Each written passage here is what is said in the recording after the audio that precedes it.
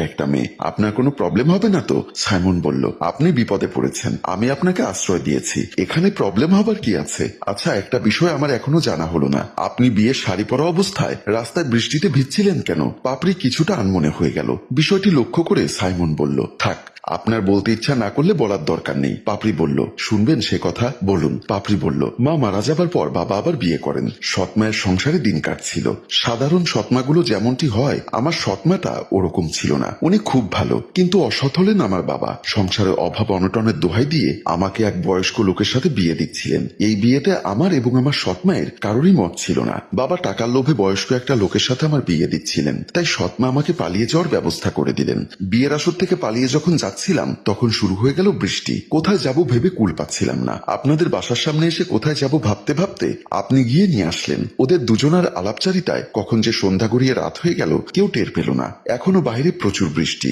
এমন রাতে মেয়েটি কোথায় যাবে? তাই বাধ্য হয়ে সাইমন বলল, বাহিরে যেহেতু প্রচুর বৃষ্টি, এক কাজ করুন, আপনি আমার বাসায় থেকে যান, আমি বরং বাহিরে কোথাও গিয়ে থাকি। মেয়েটি বলল, একা ঘরে থাকতে আমার ভয় লাগবে, তার চেয়ে বরং দুজনেই থাকি, গল্প করতে করতে রাত পেরিয়ে যাবে, তারপর কালকে না হয় যেদিকে দুচোখ যায় সেদিকে চলে যাব। পরদিন সকালবেলা দুজনে একই খাটে শুয়ে আছে। ঘুম ভাঙতে সাইমন আবিষ্কার করলো গতরাতে অনাকাঙ্ক্ষিত ভাবে কিছু একটা ঘটে গেছে, কারণ মেয়েটির পোশাকগুলো সাইমনের চোখের সামনে। মেয়েটির ঘুম ভাঙতেই বিছানায় বসে গেল। লজ্জায় ইতস্ত বোধ করলো, কারণ তার গায়ে কিছুই নেই। সাইমনও লজ্জায় পড়ে গেল, মেয়েটির চোখের দিকে তাকাতে পারছে না। লজ্জিত কণ্ঠে সাইমন বলল, অনাকাঙ্ক্ষিত ভাবে ঘটনাটা ঘটে গেছে। কথায় আছে না, আগুনের পাশে মোম থাকে না? এই ভুলের জন্য আমি লজ্জিত এবং দুঃখিত, তবে আমি ভুলটাকে ভুল করে আপনাকে বিয়ে করতে চাই। বন্ধুরা, এভাবে শুরু হয় একটি মিষ্টি প্রেমের গল্প। আমার গল্পটি যদি আপনাদের ভালো লেগে থাকে, তাহলে লাইক, কমেন্ট এবং শেয়ার করতে ভুলবেন না। ধন্যবাদ।